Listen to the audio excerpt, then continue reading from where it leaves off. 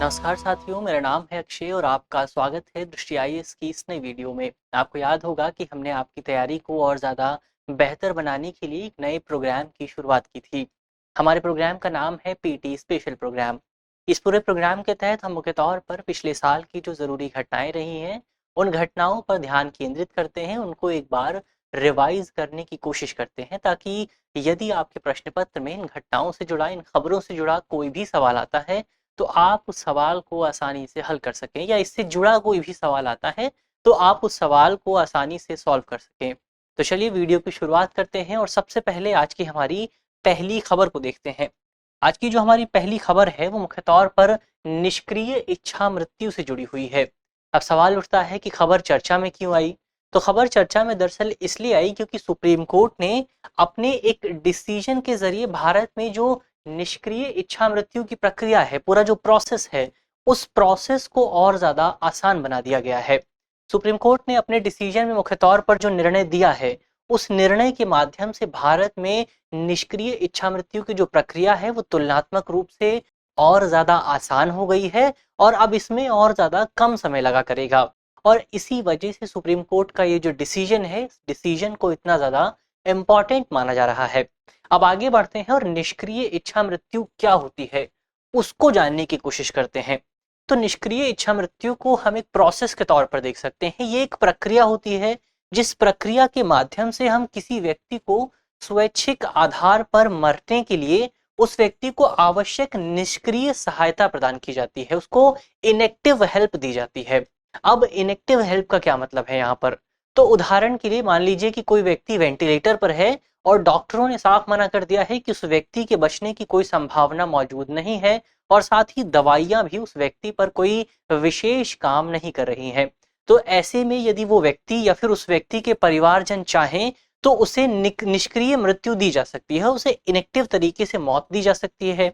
इसमें होगा क्या? तो इस इनेक्टिव तरीके में मुख्य तौर पर उसका जो वेंटिलेटर है वो बंद कर दिया जाएगा, उसकी दवाओं को बंद कर दिया जाएगा और इस तरह से वो व्यक्ति अपने आप ही मर जाएगा। लेकिन यहाँ पर सबसे विशेष बात यह है कि ये जो निष्क्रिय इच्छा मृत्यु का कॉन्सेप्ट है, ये पूरी तरह से सक्रिय इच्छा मृत्यु के कॉन्सेप्ट से अलग है। ये जो सक्रिय इच्छा मृत्यु का कॉन्सेप्ट है, इस पूरे कॉन्सेप्ट के तहत मुख्य तौर पर किसी व्यक्ति को सक्रिय तौर पर मृत्यु प्राप्त करने के लिए सहायता दी जाती है। अब यहाँ पर सक्रिय तौर का क्या मतलब है? तो सक्रिय तौर का मतलब है कि किसी व्यक्ति को इंजेक्शन दिया जा सकता है या फिर दूसरी दवाइयां दी जा सकती हैं जिससे वो व्यक्ति अपने आप मृत्यु को प्राप्त हो जाता है। तो इस तरह से यहाँ पर दो कॉन्सेप्ट है, पहला है सक्रिय इच्छा मृत्यु और दूसरा है निष्क्रिय इच्छा मृत्यु। अब सबसे विशेष बात यह है कि भारत में सुप्रीम कोर्ट ने अपने एक डिसीजन के माध्यम से साल 2018 के एक डिसीजन के माध्यम से निष्क्रिय इच्छा मृत्यु को अनुमति दे दी थी, लेकिन अभी तक भारत में सक्रिय इच्छा मृत्यु को अनुमति नहीं दी गई है। सुप्रीम कोर्ट ने अपने इस डिसीजन में कहा था कि एक वयस्क को चिकित्सा उपकरण प्राप्त करने से, चिकित्सा सहायता प्राप्त करने से इनकार करने का अधिकार प्राप्त होता है। यानी कि सुप्रीम कोर्ट ने अपने इस डिसीजन के माध्यम से निष्क्रिय इच्छा मृत्यु की अनुमति दी थी। क्यों? क्योंकि सुप्रीम कोर्ट ने अपने डिसीजन में कहा था कि भारत के सभी नागरिकों को गरिमा के साथ मौत प्राप्त करने का एक मौलिक अधिकार प्राप्त है। यानी मुझे अधिकार है कि मैं गरिमापूर्ण तरीके से मौत प्राप्त कर सकता हूं, क्योंकि वेंटिलेटर पर रहने का कोई फायदा नहीं होता। आप लंबे समय तक उसी जगह पर रहते हैं और एक जीवन आपका जो है वो और ज्यादा मुश्किल होता जाता है। और इसी को ध्यान में रखते हुए सुप्रीम कोर्ट ने इस अधिकार को मान्यता दी थी।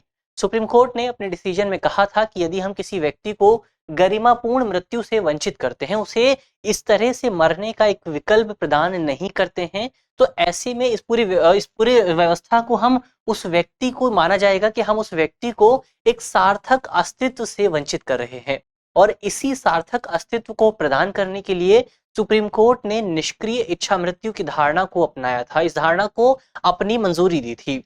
अब यहाँ पर सवाल उठता है, हमने निष्क्रिय इच्छा मृत्यु की बात कर ली, लेकिन यहाँ पर अब बात उठती है कि सुप्रीम कोर्ट ने अपने डिसीजन में क्या कहा है, उसको समझने की कोशिश करते हैं। तो ये हमारे सामने एक चार्ट है, एक पूरा पेपर है, ग्राफ है, जिसमें अभी के डिसीजन की बात की गई है और सुप्रीम कोर्ट के 2018 वाले डिसीजन की बात की गई है। तो दोनों में क्या डिफरेंस है, उस डिफरेंस को समझने की कोशिश करते हैं। तो इसमें सबसे पहली बात जो है वो लिविंग विल को लेकर है यानी वो जो व्यक्ति है जो निष्क्रिय इच्छा मृत्यु प्राप्त करने जा रहा है, वो व्यक्ति अपनी मृत्यु से पहले एक विल बना सकता है, एक वसीयत बना सकता है। अब 2018 में जब सुप्रीम कोर्ट ने अपना डिसीजन दिया था, तब नियम ये हुआ करता था कि वो जो लिविंग विल है, उस विल पर जुडिशियल मजिस्ट्रेट के हस्ताक्षर होने जरूरी होते थे। लेकिन अब सुप्रीम कोर्ट ने अपने डिसीजन के माध्यम से ये स्पष्ट कर दिया है कि उस पूरी विल पर, उस वसीयत पर आप किसी भी गजेटेड ऑफिसर के साइन करा सकते हैं। तो ये प्रक्रिया और ज्यादा आसान कर दी गई है। अब दूसरी जो बात है वो लिविंग विल के रिकॉर्ड को लेकर है। पहले ये नियम हुआ करता था कि जो लिविंग विल है वो डिस्ट्रिक्ट कोर्ट के पास रखी जाती थी, डिस्ट्रिक्ट जो जिला न्यायालय है उसके अधीन रखी जाती थी। लेकिन अब सुप्रीम कोर्ट का डिसीजन ये कहता है कि इस पूरी विल को नेशनल हेल्थ रिकॉर्ड के हिस्से के तौर पर सेव किया जाएगा और भारत भर के जो तमाम हॉस्पिटल्स हैं वो इस बिल को, इस पूरे विल का एक्सेस प्राप्त कर सकेंगे। ये दूसरा प्रावधान हुआ। तीसरा प्रावधान जो है वो प्राइमरी बोर्ड को लेकर है। दरअसल सुप्रीम कोर्ट ने जब साल 2018 में अपना डिसीजन दिया था तो सुप्रीम कोर्ट ने एक नियम भी बनाया था। नियम ये था कि जिस व्यक्ति को निष्क्रिय इच्छा मृत्यु प्राप्त करनी है, उसकी अनुमति देने के लिए 4 डॉक्टर्स का, कम से कम 4 डॉक्टर्स का एक बोर्ड बनाया जाएगा। इस बोर्ड को प्राइमरी बोर्ड कहा जाता है। और सुप्रीम कोर्ट ने अपने 2018 के डिसीजन में यह भी कहा था कि इस प्राइमरी बोर्ड में जो 4 डॉक्टर्स होंगे वो अलग अलग क्षेत्रों से होंगे। मेडिसिन के जो अलग अलग क्षेत्र मौजूद हैं, जैसे कि एक जनरल मेडिसिन से हो सकता है, कार्डियोलॉजी से, न्यूरोग्राफी से, और इस तरह के जो तमाम क्षेत्र होते हैं, इन तमाम क्षेत्रों से 4 डॉक्टर्स को लाने की बात की गई थी। और इन्हीं 4 विशेषज्ञों की राय के आधार पर उस व्यक्ति को इच्छा मृत्यु देने का प्रावधान किया गया था। इसके अलावा एक प्रावधान ये भी था कि वो जो 4 डॉक्टर्स हैं, उन डॉक्टर्स को कम से कम 20 वर्ष का अनुभव होना अनिवार्य था। लेकिन अब सुप्रीम कोर्ट ने अपने हालिया डिसीजन में ये स्पष्ट कर दिया है कि अब 4 डॉक्टर्स की नहीं बल्कि 3 डॉक्टर्स की जरूरत होगी। 3 डॉक्टर्स की जरूरत होगी, जिसमें से 2 डॉक्टर्स वो भी हो सकते हैं जो उस रोगी का इलाज कर रहे हैं। और साथ ही ये भी स्पष्ट कर दिया गया है कि अब 20 साल की नहीं बल्कि केवल 5 साल के अनुभव की जरूरत होगी। ये प्राइमरी बोर्ड के बारे में बात हुई। अब जो चौथा पॉइंट है वो डिसीजन लेने को लेकर है। तो पहले जो 2018 का डिसीजन आया था, उस 2018 के डिसीजन में एक निर्णय लेने का कोई टाइम फ्रेम तय नहीं किया गया था। यानी कि प्राइमरी बोर्ड कब डिसीजन लेगा, इस डिसीजन का कोई टाइम फ्रेम नहीं था, वो कभी भी डिसीजन ले सकता था। लेकिन अब सुप्रीम कोर्ट ने जो हालिया डिसीजन दिया है, उस डिसीजन के माध्यम से ये स्पष्ट हो गया है कि जो प्राइमरी बोर्ड है वो जो याचिका आएगी उसके मात्र 48 घंटे के भीतर निर्णय लेना अनिवार्य कर दिया गया है। यानी कि 48 घंटे के भीतर ये तय करना जरूरी है कि उस व्यक्ति को निष्क्रिय इच्छा मृत्यु दी जाएगी या फिर नहीं दी जाएगी। तो ये तो खबर बात हुई निष्क्रिय इच्छा मृत्यु की। अब आगे बढ़ते हैं और अपनी अगली खबर पर बात करते हैं। हमारी जो अगली खबर है वो सिंधु जल संधि को लेकर है, सिंधु वाटर ट्रीटी को लेकर है। खबर चर्चा में क्यों आई? तो खबर चर्चा में इसलिए आई क्योंकि भारत सरकार द्वारा हाल ही में पाकिस्तान की सरकार को इस संबंध में एक नोटिस जारी किया गया है। इस नोटिस का प्राथमिक उद्देश्य यही है कि भारत चाहता है कि इस पूरी संधि में कुछ संशोधन किया जाए, कुछ बदलाव किया जाए। दरअसल भारत का मानना रहा है कि भारत की सरकार हमेशा से ही इस पूरी संधि का शब्दशः पालन करती रही है, लेकिन पाकिस्तान की सरकार इस पूरी संधि का पालन नहीं कर रही है। ऐसे में भारत सरकार चाहती है कि इस पूरी संधि में कुछ बदलाव किए जाएं ताकि संधि को और ज्यादा बेहतर संतुलित तरीके से पेश किया जा सके। और इसी पूरे विषय पर पाकिस्तान को 90 दिनों का समय दिया गया है। यानी पाकिस्तान 90 दिनों के भीतर इस पूरे नोटिस का जवाब दे सकता है। तो ये तो हालिया कॉन्टेक्स्ट की बात हुई। अब आगे बढ़ते हैं और ये जानने की कोशिश करते हैं कि आखिर ये जो सिंधु जल संधि है, इस संधि में किस तरह के प्रावधान किए गए हैं। तो इस संधि पर मुख्य तौर पर 1960 में हस्ताक्षर किए गए थे और इस संधि में विश्व बैंक ने एक मीडिएटर के तौर पर काम किया था। भारत और पाकिस्तान के बीच एक मध्यस्थ की भूमिका अदा की थी। अब ये जो संधि है, इस पूरी संधि के माध्यम से मुख्य तौर पर भारत और पाकिस्तान के बीच जो सिंधु जल प्रणाली का जो जल है, जो पानी है, उस पानी के बंटवारे की बात की गई है, उस पानी के विभाजन की बात की गई है। सबसे पहले सिंधु जल सिस्टम की बात करते हैं। तो ये जो पूरी प्रणाली है, इस प्रणाली में मुख्य तौर पर 6 नदियां शामिल हैं। कौन कौन सी हैं 6 नदियां? तो इसमें सिंधु नदी है, चिनाब है, झेलम है, रावी है, ब्यास है और सतलज नदी शामिल है। और इस समझौते के माध्यम से इन्हीं नदियों के जल के बंटवारे का प्रावधान किया गया है। अब इस पूरे समझौते के मुताबिक इस पूरी प्रणाली की जो पश्चिमी नदियां हैं, यानी कि सिंधु, चिनाब और जो झेलम नदियां हैं, ये जो 3 नदियां हैं, इन 3 नदियों के पानी का उपयोग पाकिस्तान को दिया गया है। जबकि जो पूर्वी नदियां हैं, उन पूर्वी नदियों यानी कि रावी, ब्यास और सतलज के जल का जो प्रयोग का अधिकार है वो भारत को दिया गया है। लेकिन यहाँ पर कई जानकार ये मानते हैं कि ये पूरी जो संधि है वो पाकिस्तान के पक्ष में झुकी हुई है, क्योंकि ये जो पूरी प्रणाली की 3 नदियां हैं, पश्चिम 3 नदियां हैं, सिंधु, चिनाब और झेलम, इन 3 नदियों में इस पूरी सिस्टम का 80% जल मौजूद है। जबकि जो 3 नदियां भारत के हिस्से में आती हैं, उन 3 नदियों में केवल 20% पानी मौजूद है। और इसी को देखते हुए इस पूरी संधि में भारत के पक्ष में कुछ विशेष प्रावधान भी किए गए हैं। क्या है वो विशेष प्रावधान? उन विशेष प्रावधानों की बात करें तो क्योंकि भारत के पास पूरी प्रणाली का बहुत कम जल प्राप्त होता है, तो ऐसे में इस पूरी संधि के जरिए भारत को ये अधिकार है कि भारत इन 3 नदियों पर रन ऑफ द रिवर जल विद्युत परियोजनाओं का निर्माण कर सकता है। हालांकि यहाँ पर एक अपवाद ये है, एक सीमा, एक लिमिटेशन ये है कि भारत इन 3 नदियों पर वाटर स्टोरेज फैसिलिटी नहीं बना सकता। यानी स्पष्ट तौर पर भारत पानी को इकट्ठा नहीं कर सकता, लेकिन उस पानी का उपयोग करते हुए वहां से बिजली का निर्माण जरूर कर सकता है। तो ये भारत को एक विशेष प्रावधान दिया गया है। इसके अलावा इस पूरे समझौते में सिंधु जल आयोग की भी बात की गई है। इस समझौते में प्रावधान किया गया है कि भारत और पाकिस्तान के प्रतिनिधियों को मिलाकर दोनों देशों में इस पूरी सिंधु नदी जो समझौता है, इस समझौते के सही ढंग से क्रियान्वयन को सुनिश्चित करने के लिए एक आयोग का भी गठन किया जाएगा।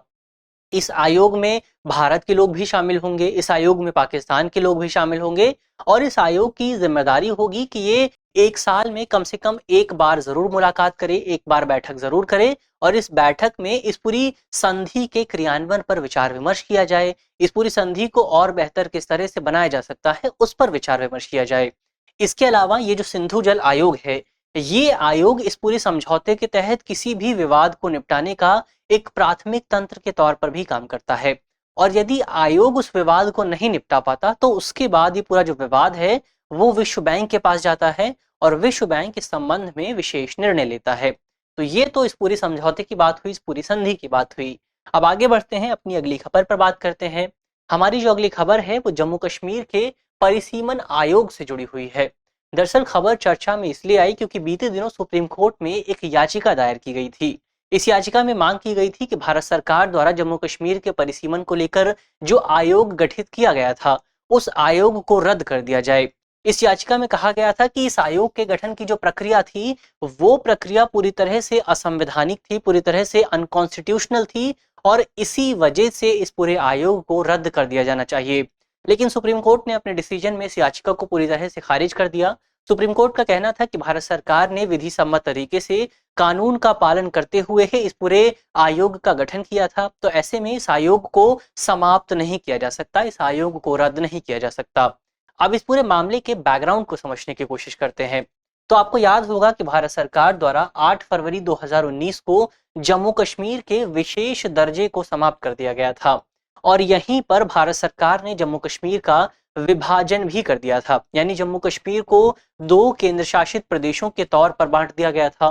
पहला केंद्र शासित प्रदेश खुद जम्मू कश्मीर था, और दूसरा केंद्र शासित प्रदेश था लद्दाख। तो ऐसे में इस पूरे बंटवारे के बाद कश्मीर में जो चुनावी क्षेत्र थे, जो तमाम कॉन्स्टिट्यूशनल एरियाज थे, जो इलेक्टोरल कॉलेजेस थे, उन चुनावी क्षेत्रों को पुनः निर्धारित करने के लिए एक आयोग का गठन किया गया था। और इसी आयोग की सिफारिशों के आधार पर बाद में राज्य में जो विधानसभा सीटें हैं, उनकी संख्या को 107 से बढ़ाकर 114 कर दिया गया था। अब इस आयोग की जो अध्यक्षता थी, वो उसकी अध्यक्षता कर रहे थे रंजना पी देसाई, जो कि सुप्रीम कोर्ट के पूर्व न्यायाधीश हैं। और क्योंकि सीटों को बढ़ा दिया गया था, और जो जो सीटें बढ़ाई गई थी, उसमें से 24 सीटें पीओके यानी कि पाकिस्तान अधिकृत कश्मीर की भी थी। यानी जाहिर तौर पर भारत का ये एक बड़ा कदम था, और इसी कदम को लेकर कई याचिकाएं दायर की गई थी। अब तो याचिकाओं की बात हुई, यहाँ सवाल ये उठता है कि आखिर आयोग के खिलाफ तर्क क्या दिए गए थे। तर्कों की बात करें तो जब भारत सरकार द्वारा जम्मू कश्मीर का परिसीमन किया गया था, जम्मू कश्मीर का विभाजन किया गया था, तो उस समय भारत सरकार ने संसद में एक कानून बनाया था। इस कानून का नाम था जम्मू कश्मीर पुनर्गठन अधिनियम 2019, और इस कानून में एक सिद्धांत पेश किया गया था, एक सिद्धांत का पालन किया गया था। ये प्रिंसिपल था एक देश एक संविधान का सिद्धांत।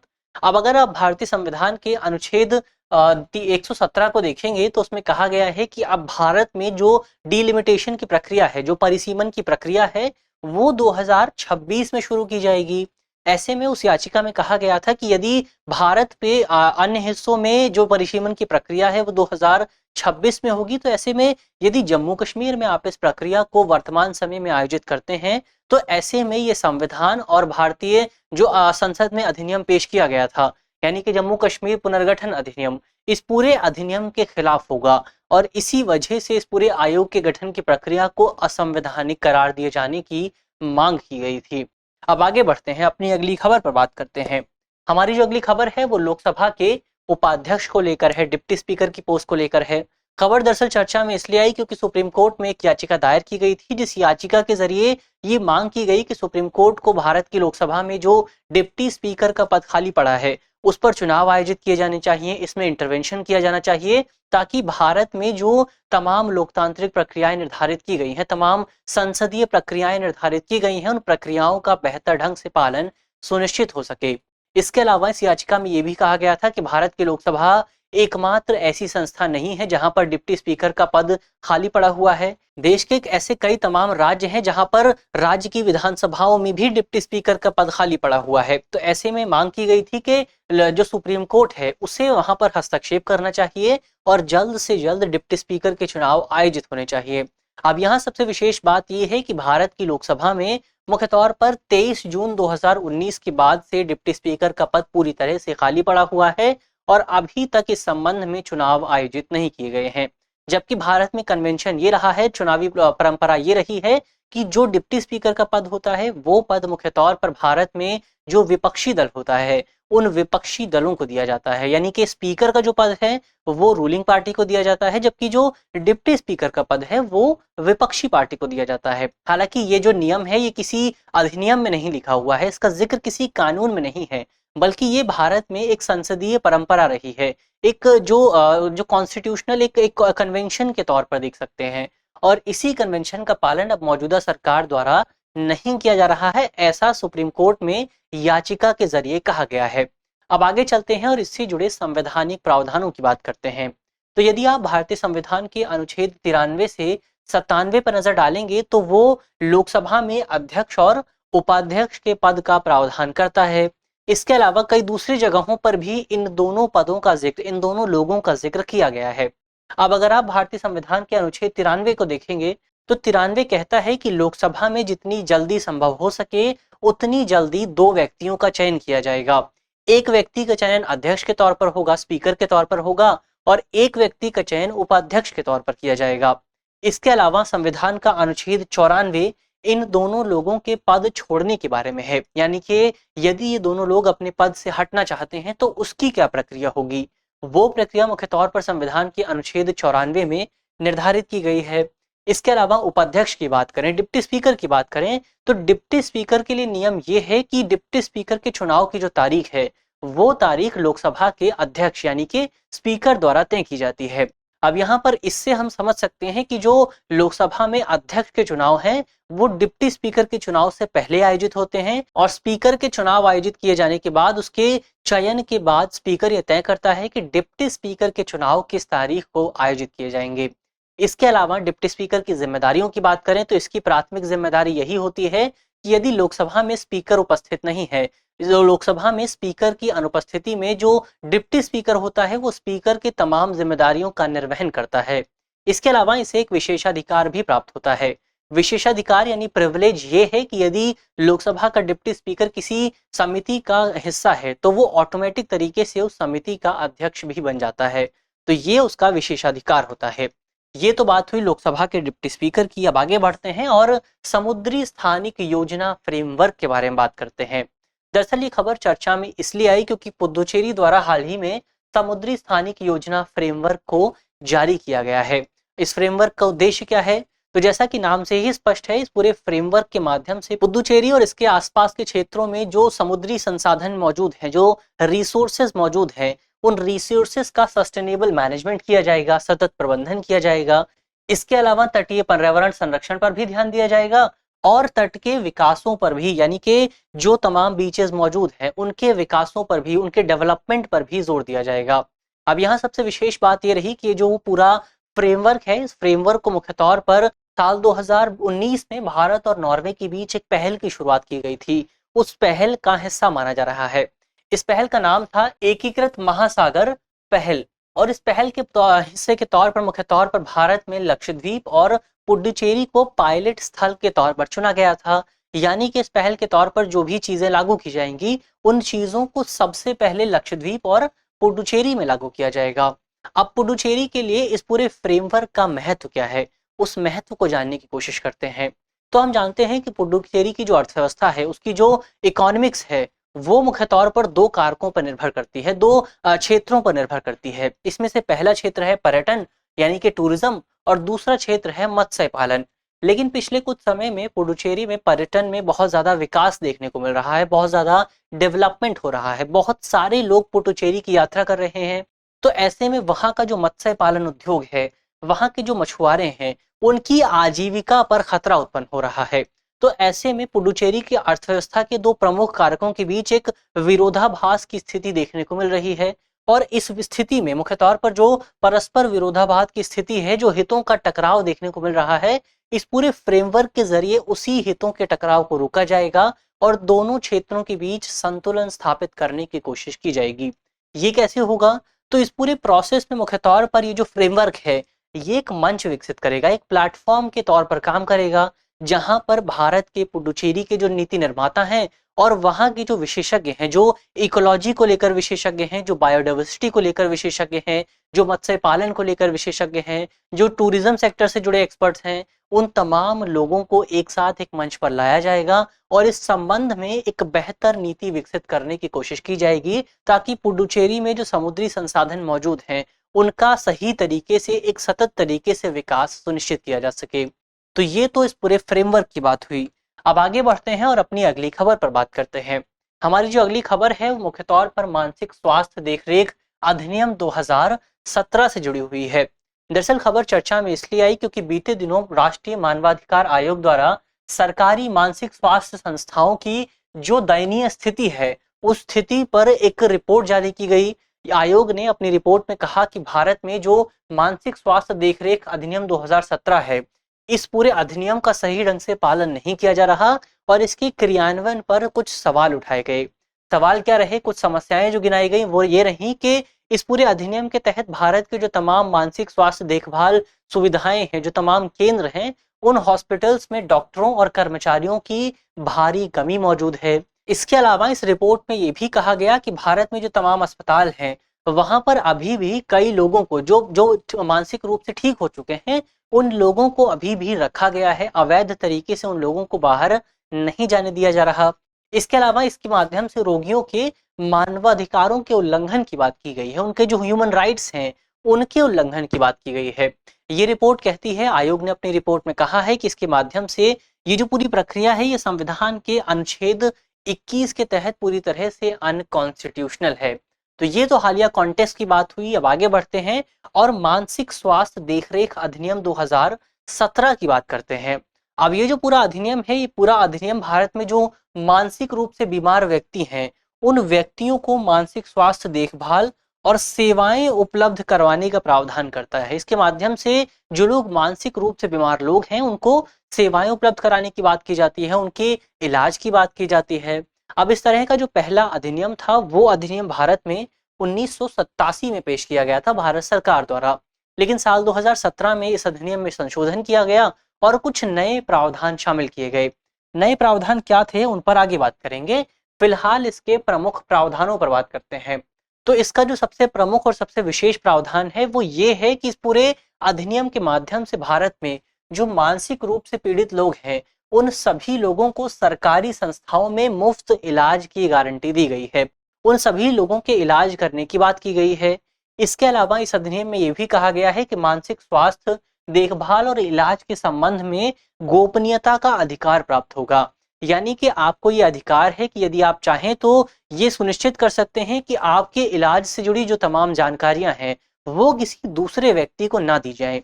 इसके अलावा अधिनियम में ये भी कहता है कि रोगियों के संबंध में कोई भी जो हॉस्पिटल है या कोई भी जो डॉक्टर है, वो किसी भी तरह की सूचना जारी नहीं कर सकता है। उस पर पूरी तरह से रिस्ट्रिक्शंस लगाए गए हैं। इसके अलावा ये भी कहा है कि रोगी की अनुमति के बिना या फिर उसके परिवार की अनुमति के बिना डॉक्टर किसी भी सूचना को मीडिया को भी नहीं दे सकते हैं। यानी कि उसकी जो गोपनीयता है, उस गोपनीयता को पूरी तरह से सुनिश्चित करने की बात की गई है।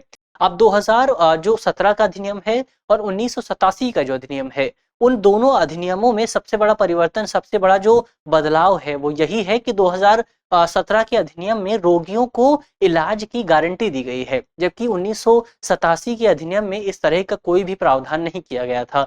यानी कि जो 2017 वाला अधिनियम है वो अपने आप में एक बेहतर अधिनियम है, बेहतर तरीके से रोगियों के इलाज का प्रावधान करता है। तो ये तो हालिया खबर की बात हुई, ये पूरी फरवरी महीने की न्यूज़ की बात हुई।